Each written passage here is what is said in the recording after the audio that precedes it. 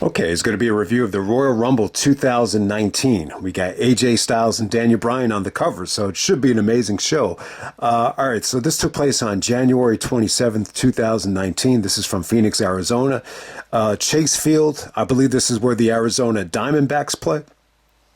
So at this time, they're moving the Royal Rumble into bigger stadiums.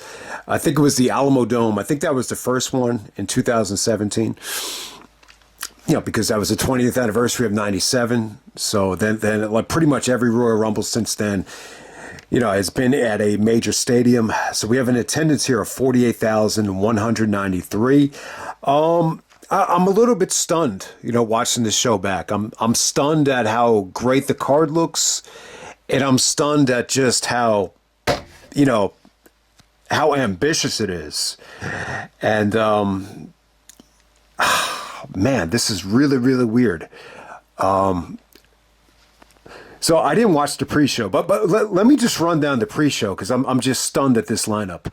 You actually have Bobby Roode and Chad Gable team up on the pre-show. You got Nakamura actually defeating Rusev. This is how Lana gets hurt. It's important because Lana gets hurt and Becky Lynch actually replaces Lana in the Royal Rumble, and Becky Lynch actually ends up winning the Rumble. So just think about it, man. And at the same time, you got Akira Tozawa, and then you got Kenta as Hideo Otami on the pre-show in a Fatal 4-Way with Buddy Murphy, Kalisto, Tozawa, and Hideo Otami.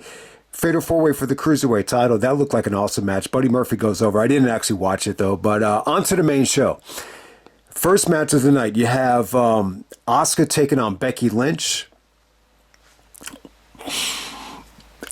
I was a little bit surprised by this because, Becky actually wins the Rumble. Now, this is during Becky's hot period where she's going to main event WrestleMania. She's going to go on last. She's going to win the championship. So I was a little bit surprised that they had her lose to Asuka here by submission. I'll tell you what, on the show, though, some of these wrestling matches, the one-on-one stuff, like even Daniel Bryan and AJ Styles, very submission dominated, very, very weird. It's funny when Jericho came to the WWE, like he was told by Vince, like, we don't really do a lot of submission stuff. So I know that Walls of Jericho is your finisher, but you're going to have to come up with something else. So, but at this time, like every one of the one-on-one matches was really, just dominated by submission stuff. And it was good. I would definitely say Asuka, Becky, they went on first. So this was definitely one of the better things of the night. Asuka actually wins with almost like a cat mutilation, but in the form of the submission. It was almost like I want to say it was more of like a headlock with the cat mutilation from Asuka, but good stuff between these two. From a submission standpoint, Asuka could really, one of the best female submission wrestlers ever. And she definitely proved it in that match. I wouldn't say that match was great, but it was definitely one of the better things of the night. Next up for the Smackdown Tag Team Championships, you had the Miz teaming up with Shane McMahon to take on the Bar of Cesaro and Sheamus. I thought this was a lot of fun. I did not remember this when I saw Miz and Shane coming out dressed up. Miz is actually wearing that Shane McMahon, baseball jersey, and I think they were calling themselves the Miz and Mac. It was really fun. I thought it was cool. It was a good experience for the Miz too, because he grew up watching the Attitude Era and Shane McMahon. So for him to actually team up with him and then they win the tag team championships in front of Miz's father, it was definitely a good moment. I thought Cesaro and Sheamus looked awesome as the Bar. Sheamus's hairstyle was really cool at that time. I think this is around the time when the fans were chanting, "You look stupid" to Sheamus. But yeah, I think the match was short, but it was fun. They teased a lot of the big Shane spots, which didn't actually happen, though. But Shane still busted out some cool things. He ends up winning this match with a shooting star press. Shane still had a little bit of juice behind him. I would definitely say this. I think one of the more interesting things that didn't feel recycled from the Vince McMahon documentary on Netflix is the Shane McMahon stuff. I think the Shane stuff is really some of the more interesting stuff from that documentary. All right, so next up we have Ronda Rousey actually defending the championship against Sasha Banks. Just a loaded show, man. Loaded show. I don't think this show is going to get any, respect, 20 years from now as being an all-time great show. But this, you got to be honest though. This lineup is insane. But Ronda taking on Sasha Banks for the Raw Women's Championship at the time.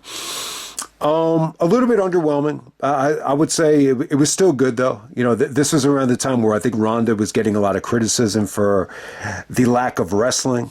So she busted out like three amigos just to kind of rub it in everybody's face. So I think she was definitely getting better at the time. But I think the problem is when you bring in these MMA girls, a lot of the matches are very, they're predicated on their strengths, which is mixed martial arts and a lot of just submission stuff, away from the execution when it comes to actually suplexing and doing a lot of the pro wrestling maneuvers, for lack of a better term. But Sasha and Ronda, I kind of get the feeling that this is kind of what sparked or kind of drew Sasha away from WWE. I think she was willing to take a back seat here, but I think when she had to take the back seat, after the pandemic ended, I just think that was one time too many. And, that might have been the catalyst right there. There was some awkward tension at the end of this thing, but for the most part, I thought it was good. From a submission standpoint, a lot of good trade-offs between both girls. Sasha actually, locked her in the bank statement. And, Ronda actually wins this thing with a modified version of a Fujiwara armbar. And I thought it came off great. I just think he had some good stuff here from a submission standpoint. I understand Ronda, was taking some criticism at the time, but, I think at the time, the three-way kind of sounded sexy. I think it kind of sounded different. That Ronda was going to main event WrestleMania with Becky and Charlotte, so she found herself in the main event. I'll say this though, I think from a crowd reaction standpoint, it was pretty lackluster. The fact that this doesn't even have to follow a Rumble and it still got kind of a lousy reaction, I think it was kind of a red flag that, maybe Ronda doesn't deserve, to go last at WrestleMania. Maybe that's asking for too much because I don't know. I think when you look back at that WrestleMania main event, I would need to see it again. But from what I understand, they just weren't able to follow such a loaded show. But most people wouldn't be able to follow that. I mean, that was like a 7-hour show. So to be fair, it would have been tough no matter who got the main event there. Even if Bryan and Kofi got the main event at WrestleMania 35, I still think they would have had a tough time. All right, next up we have the Royal Rumble match, the Royal Rumble women's match. So Lacey Evans comes in first. Natalya comes in next. Mandy Rose comes in third as the Blonde God. Mandy Rose, I think she definitely got a lot hotter over the next couple of years. I think her dyeing her hair, becoming a brunette, she definitely got in better shape since then. But Liv Morgan comes in at number 4. She's in there for like 8 seconds. It's a little bit weird, but it was fun watching this match. At times, there were moments here where I just felt like, man, this is just boring as shit. There are a lot of girls out there that just got really lackluster reactions. And yeah, for the most part, I would definitely say it's a chore to sit through. I think what I really enjoyed is seeing girls like Ember Moon, who will become Athena. It was cool to see. Maria didn't have a good showing here. Naomi had a really memorable spot where she actually jumped onto the the steel steps to keep from being eliminated. I thought that was actually kind of fun. Trying to think, the Casey I'm saying her name wrong. Catanzaro. This girl from NXT, she was like a gymnast. She really she actually did a lot of stuff out there. I just don't remember her that well. You get to see Ruby Riott here, Ruby Soho.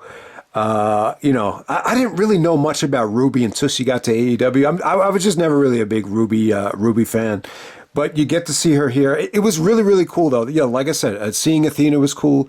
You get to see Io Shirai here, better known as Io Sky. You get to see Rhea Ripley 6 years ago. She's definitely come a long way since then, so it was cool to see her. Sonya Deville had a lot of juice going into this thing. I remember that. I thought Alexa Bliss got a good, reaction. This is like the NXT version of Bayley as well. I thought Bayley had a good showing. But yeah, Becky comes in at number 28. It's because Lana actually, she was taking forever. She was on pace to take like a whole hour to get down to the ring after selling the ankle. I think Nia Jax actually made it worse and just stomped her on her way down. But yeah, Becky actually replaces Lana, and she actually ends up winning this thing. Nia Jax comes in at 29. Yeah, she looks like she lost 100 pounds since then. It's amazing. Carmella comes in at number 30. She's wearing a Phoenix Suns, inspired ring attire. Corey Graves, I don't know if they were dating at the time, but Corey is really kind of, it almost felt like he was coaching her from the commentary table, during this thing. So it's definitely an interesting match. I'm not going to say that this was great. I still think it was a chore to sit through, but it definitely had some good moments. So this actually ends with Becky actually eliminates Nia, from the floor, actually. She's able to get her out of there. And then it comes down to Becky and Charlotte. And, Becky is able to dodge the big boot from Charlotte. And so Charlotte's leg gets tangled up on the ropes, and she's able to knock, Charlotte out of the ring. So, yeah, Becky gets the big victory here. Kind of weird. She wasn't even announced going into the Rumble, and she still ends up winning. So Becky Lynch is the Royal Rumble winner. And we're going to move on to the WWE Championship match. I just think it's too much, man. This show is just, it's just very, very ambitious. And I can't believe that, this was the format of the Rumble. It's, this had to be, I would say, probably the longest non-WrestleMania show. I think it still is maybe the longest non-WrestleMania show. I mean, a lot of people bitch about how AEW pay-per-views are, long as hell. But this is even longer than like your average Double or Nothing. That's how long this show is. All right. And we're moving on to Daniel Bryan defending the WWE Championship against AJ Styles. All right, so there's a lot to say about this match. I love both guys. I think they're great people. I think they're great wrestlers. It's probably two, when it's all said and done, they might end up being my two favorite wrestlers of all time. There's a lot of history between these two guys. I would say this. I think the important thing I wanted to mention is when you go back to the 2000s, I think there was a lot of debate about who was the best wrestler of the decade. Triple H actually won. I think when I did my list, I had Kurt Angle at number 1. I think I had AJ Styles at number 2. I had Bryan Danielson at number 3. Very, very difficult, list to rank. I think a lot of people were surprised I had AJ over Bryan. I think a lot of it just had to do with what AJ did for, both companies in terms of TNA and ROH. So it's a great matchup. You have the MVP of ROH going up against the MVP of TNA. I can't get enough of these guys for the most part, but when you go back to the history of Ring of Honor, it's good. If anyone hasn't checked out some of the Ring of Honor matches, they had a match at All-Star Extravaganza 2002, which is the best show. They had the best match of that show, which is actually the best show of 2002. I thought, that definitely holds up well. They had a match at Main Event Spectacles, and they actually got the main event on that show. That's the match where Bryan Danielson got into it with a fan, and he was just like, "What the fuck do you know about wrestling?" It's worth checking out just to see the verbal tirade against that fan. But that match is awesome too. It feels different than any other match that they had, and they also had a match at Dissension, which is really interesting because Bryan was the ROH champion at the time. And he defeated AJ Styles clean, while he's, the poster boy for TNA. So I just thought that was a huge match, for Ring of Honor and Bryan Danielson to get the clean victory over the poster boy of TNA. So that the trilogy that they had in ROH is definitely great. So when you're talking about what was their best match in the WWE, I think the best match that they've ever had, it's actually the Smackdown match from 2020, which had a little bit of fans in it. If you remember, there was like a lot of NXT fans. I can't remember exactly how many fans there were, but they were bringing in these Planet fans, with masks that were like spread out. And so it was around that time where Bryan and AJ, I want to say it was June of 2020. That was probably the best television match of that year. And still, I would actually say that might be the best Bryan Danielson and AJ Styles match. So at this time, though, Bryan actually beat AJ for the title right before Survivor Series. I think a lot of it had to do with the Survivor Series matchup. I think they had already done AJ and Brock the year before, so I think Bryan and Brock, was a fresh matchup. I always had a fantasy that would main event WrestleMania, especially like in 2015. Bryan even said, that would have been the perfect opponent, but it ended up happening at Survivor Series in a champion versus champion match. I'll look forward to revisiting that next November for Survivor Series. Would definitely like to go back to that. But yeah, Bryan at this time was a heel. He was kind of mocking AJ and saying that I destroyed the house that AJ Styles built. So I always found it was funny that AJ was calling SmackDown the house that AJ Styles built. Because to me, like, the house that AJ Styles built was TNA. Even Jarrett would tell you that Mr. TNA is AJ Styles. But at this time, I really wasn't a fan of this Bryan Danielson heel turn. It's a little bit different than his heel run in Ring of Honor, where he was acting cocky like he was the best in the world. And he was very, wrestling freedom was a big part of it. But this version of Bryan, it's almost like an angry environmentalist, an angry ecological. How do you want to say that? You know what word I'm trying to think of? I guess I can't even pronounce it. Ecologist, I think that's the word I'm looking for. Where he's really into the environment. This is actually before he transformed the title into a piece of wood. I always hated that. I don't know why, and it just felt like Bryan. At this time, like I just wasn't a big fan of his look. He had the really, really long hair, all the beard. Yeah, he had a huge beard here. I don't know. I just feel like Bryan's he's a pretty marketable guy. Like when he really keeps himself clean. I just think he wasn't that clean cut here. But hey, you'll take it. They gave Bryan Danielson a title reign in 2018, going into WrestleMania 35 as a heel. It was probably the best reign he's had. I would still probably put this over the AEW reign because of the length. And it's, because, the other reigns felt a little bit incomplete. It's probably the best reign, Bryan's had in the WWE. So we'll give him credit.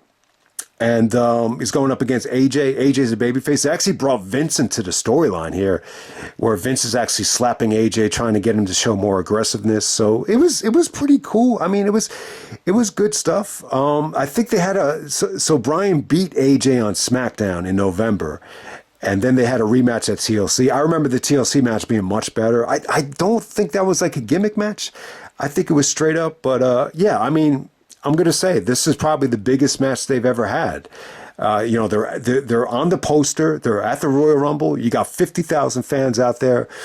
Somehow, some way, it ended up being their worst match. I don't know what it was. Well, I do know what it was. I think it's impossible to follow these Royal Rumble matches, and I just think the crowd was dead.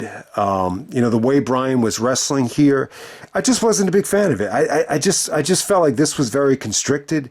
Bryan was showing a lot of aggressiveness, and, it was very submission oriented as well. With Bryan working over the arm, AJ, busted out the calf crusher. I just felt like this thing never got going.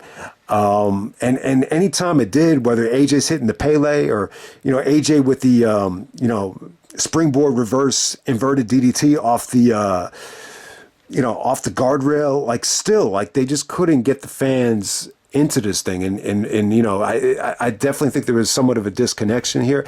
I also think this too. I think at the time, just a lot of people had gravitated away from the company. I know for a fact my brother is not watching at the time. And you remember, he really got behind Bryan. He's ordering pay-per-views before the network that were way overpriced, that had crappy endings. So he's not watching, and at the time, sadly, I wasn't, this is one of the first Royal Rumbles I think I ever skipped. So somehow, some way, they took me out of it. I mean, you would think Daniel Bryan is the champion on SmackDown. This should be enough to get everyone back into it. Yeah, maybe people just kind of lost a little bit of faith here. But,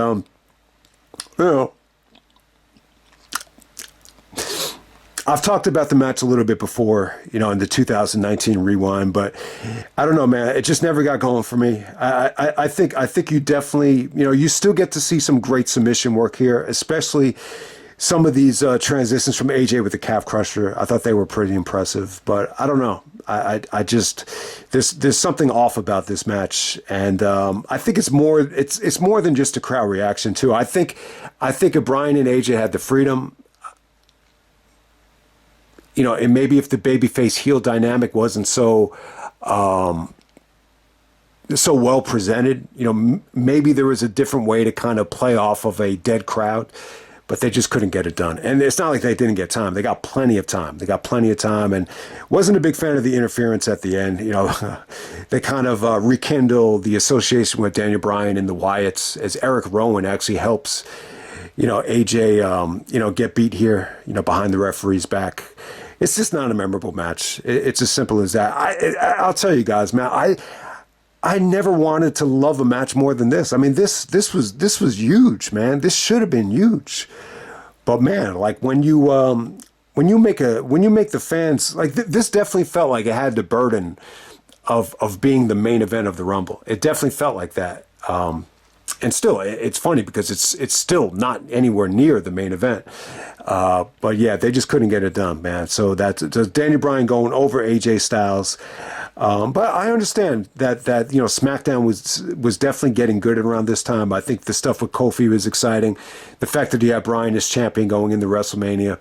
I think you had a lot of talent on SmackDown. I think Randy was a part of the roster as well. So it couldn't have been that bad, but this is just a bad spot. Sometimes it's all about just being in the spot. And that's why I've been so critical of this format since the women have been with the Rumble, because it could potentially just destroy potentially classic matches, and that's exactly what this did. Okay, next up we got Brock Lesnar coming out there with Paul Heyman, actually, to take on Finn Balor. This is for the WWE Universal title, and it's an interesting matchup because Balor was actually the first Universal Champion, got injured at SummerSlam against Seth Rollins, and was basically stripped of the title, and yeah, that really.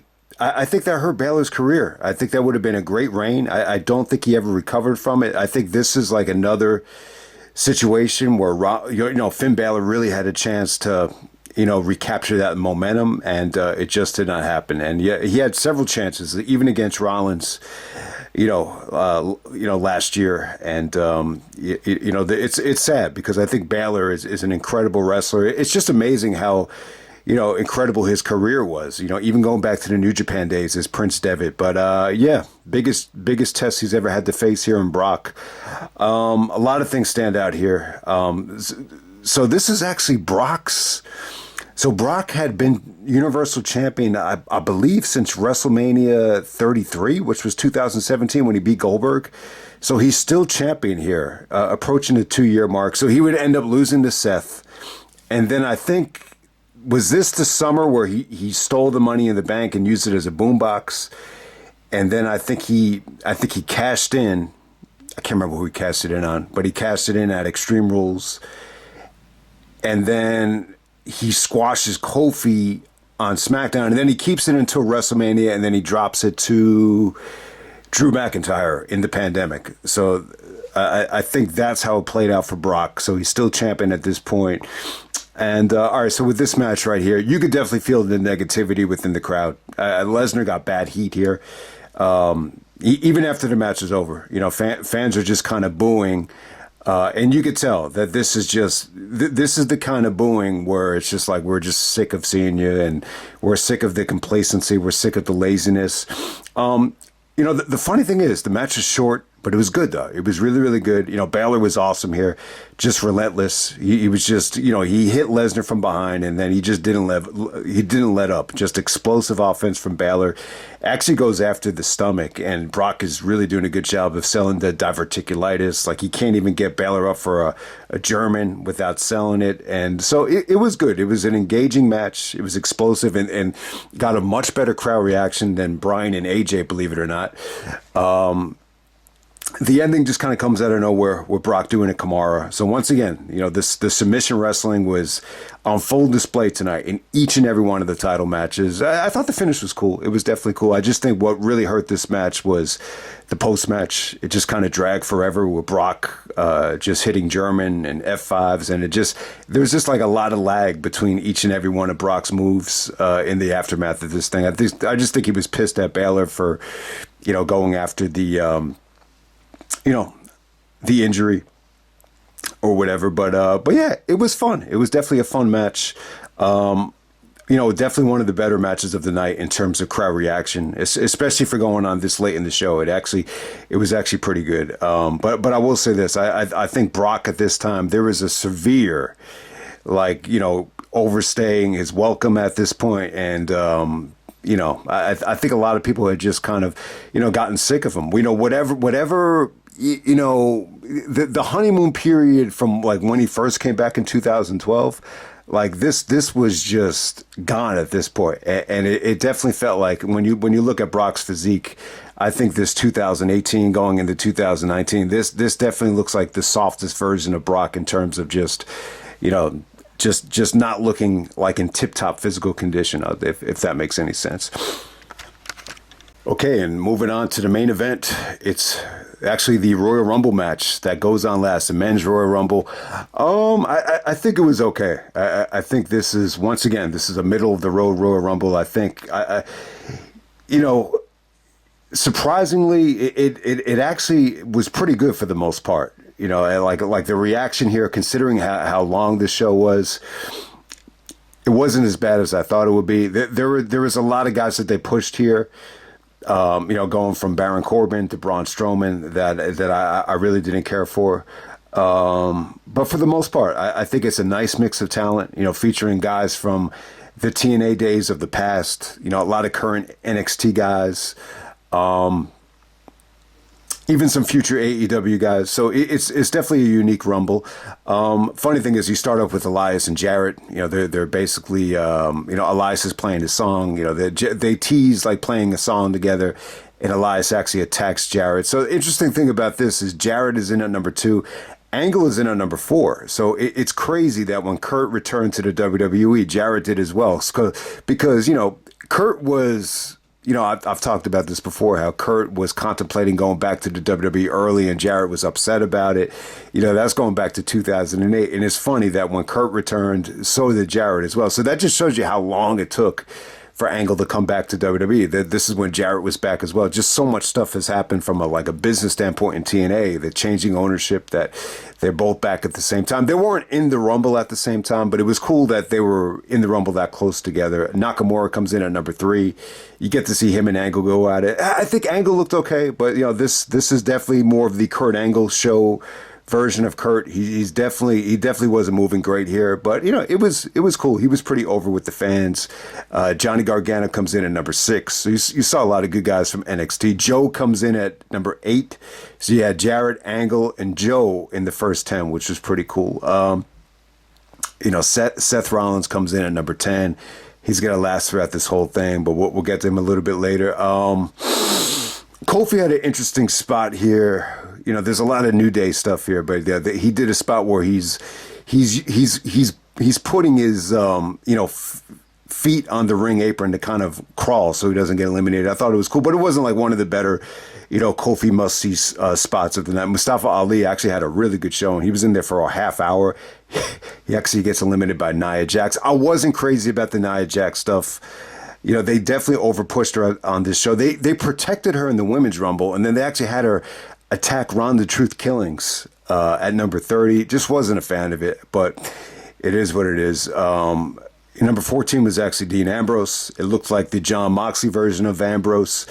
But it was cool to see Ambrose and Rollins go at it. I remember there was a lot of heat between them at the end of 2019, but so this looks like Jon Moxley with hair, if that makes any sense. The AEW version of Jon Moxley, only with a little bit of hair. He must have not been happy by the way he was eliminated. Ambrose actually gets eliminated by Aleister Black, better known as Tommy End, better known as Malachi Black. So McIntyre comes in at 16. McIntyre definitely had a good showing. He looked like he was just, back with a bang at this time. Pete Dunne, the NXT UK champion, gets a nice little showcase here. But yeah, when I was watching this was like 6 years ago, but I can't really say that Pete Dunne, has really elevated himself that much since then. Like the presentation for him back then seemed even bigger than some of the more recent stuff from him. Shelton Benjamin in at number 22. That surprised me. I forgot that Shelton was still with the company. Baron Corbin comes in at number 23. Corbin was really heavily pushed here. Ultimately, he was eliminated by Strowman. Jeff Hardy at 24. Mysterio at 25. Mysterio had a good show. Mysterio had the spot of the match, though. He did a crossbody on a triple suplex, and that ended up being like the biggest spot of the match. Lashley comes in at 26 and is immediately eliminated by Rollins. Then he gets pissed and he puts Rollins through a table, and Rollins doesn't regain consciousness until the end. So if you remember, So when Lashley got eliminated here, I remember this. I remember the controversy more than anything. I didn't see this live, but I do remember back in January 2019. I used to wake up like every day, and I would see like 10 comments in the email pop up about the comments on the racism in pro wrestling video I did, and it was like right after this Lashley elimination. So I think a lot of people were a little bit upset at the way Lashley was eliminated, especially considering he's like one of the biggest stars in the match. Strowman comes in at 27. He has a dominant performance. I'm not a big Strowman guy. Ziggler comes in at 28. Orton comes in at 29. The highlight from Randy is that he RKO's Nia Jax. I thought that was pretty cool. So yeah, I just wasn't a big fan of the Nia Jax stuff. I just think it was, you're already doing a women's rumble. Why would you need a female to enter the men's rumble? It just makes no sense. I could see if you're not doing a women's rumble. And yeah, I don't know. I'm just not a big Nia Jax fan. I just thought this was bad. So this actually ends with, I want to give Andrade some credit as well. Andrade had a really good performance here. I mean, it really was not bad. Him and Ziggler went at it. And they did some good stuff. So Ziggler had a good showing here. But yeah, it comes down to I want to say it's Ziggler gets eliminated by Strowman, and then it comes down to Rollins and Strowman, and so Rollins actually does the Benoit Big Show spot where he tries to superplex him, over the top rope, and then they kind of both land on the ring apron, and it ends with Rollins doing the curb stomp to Braun Strowman. Pretty good ending. It's not a bad ending.